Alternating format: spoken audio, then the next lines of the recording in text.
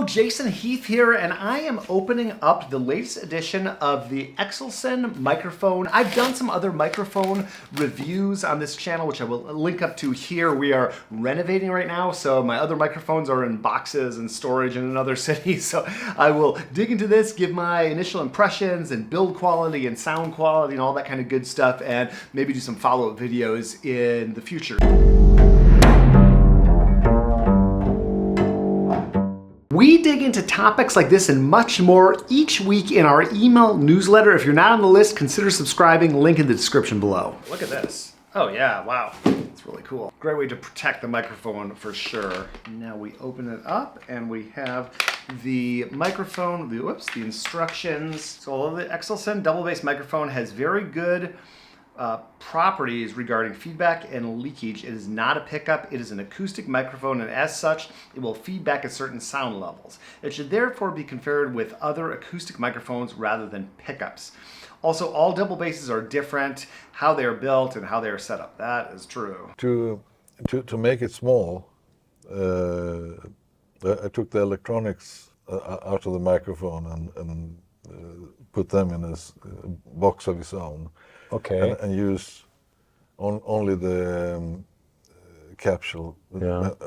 Some electronics, but very very simple. And most things happens in the preamp. So the microphone body is marked with a triangle. So I got this clamp here. So we gently push the microphone body into the hole. Oh, there's a little bit of padding around the hole. Okay, that's cool. Oh yeah, that goes in no problem. So now this will clip on the F-hole of the bridge. Oh, I see. Then I can adjust this so it's pointing down at the base. Okay, this makes sense. Whoa, that's really cool. I attach it to the tailpiece. It looks like we're good to go. Now we have this optimizing control as well. So very cool, really nice build quality, and just one button, optimizing control. And so this looks like an XLR, but it's a 4-pin, sorry, this is not my area of expertise, but I can plug this into the mic input right here.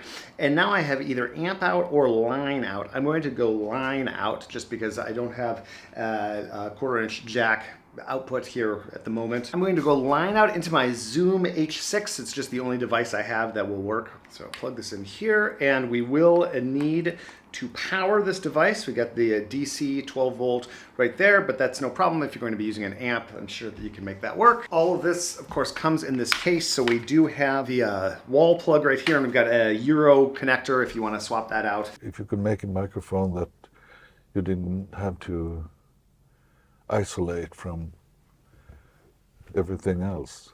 No worries, bass microphone. Yeah. Peter also passed along a little bit of information to me about the TS output. So most bass amps with inputs for microphones are really calibrated for dynamic microphones.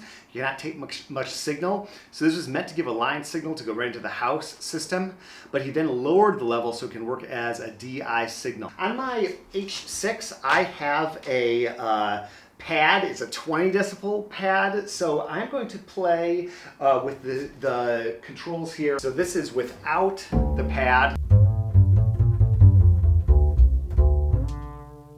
Now my impressions right here, and I'll listen back as I'm editing this, are that the microphone is very representative of the sound of the bass, and it has a lot of clarity to the sound. That's something that I've noticed to greater or lesser extent with different amplification systems. I really think this is capturing the sound of my bass quite well.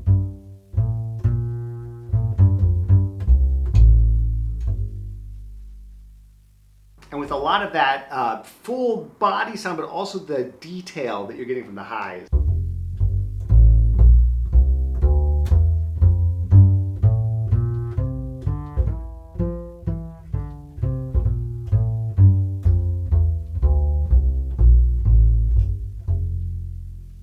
I chosen the F-hole for this, and that is for one reason. When the first microphone came out, it looked more like a normal microphone. Yes. You know.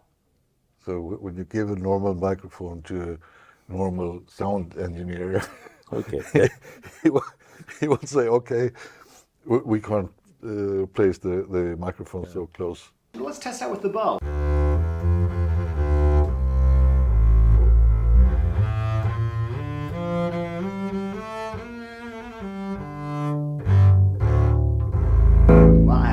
hearing from the headphones here, and this bass is a really nice, warm, open acoustic tone, and this microphone really seems to capture it nicely. Also, it seems to have basically no sonic effect being clipped to the body like that on the F-hole. I'm not noticing any sort of muting effect from my perspective. So the preamp is equipped with an optimizing control. The purpose of this control is to adjust the microphone for different situations. Oh, okay, so when you're using it with the holder, you should set it all the way up to the most extreme plus position.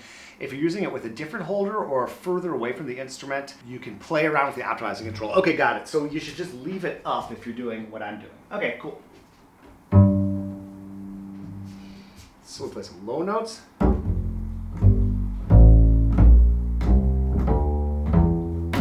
Play some high notes.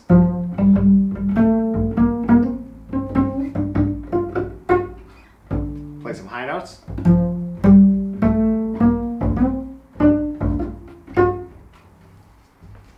Play some bowed notes.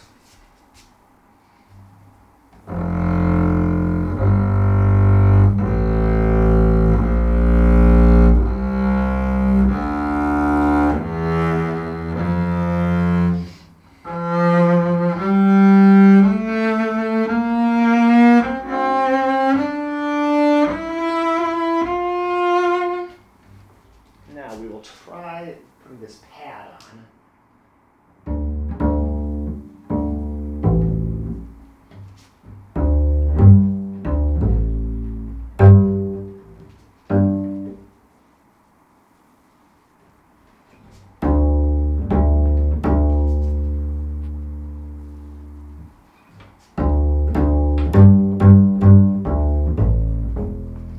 So this is with the negative 20 dB pad on my Zoom.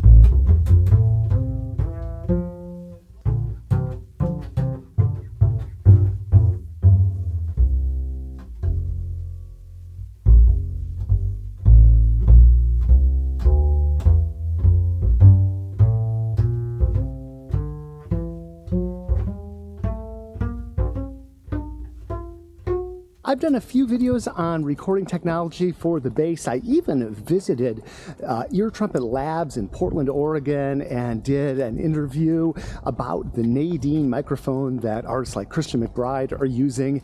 And I have been intrigued about the Exelson microphone ever since discovering it when I was hanging out with Chuck Israels like 6 years ago. I really think it does an excellent job of reproducing the double bass, and the clarity that I hear as I'm listening back the recordings that I made is really excellent. So many different recording options out there for the bass, and I will link up to some resources here for you to learn a little bit more about different ways to amplify the bass for different situations.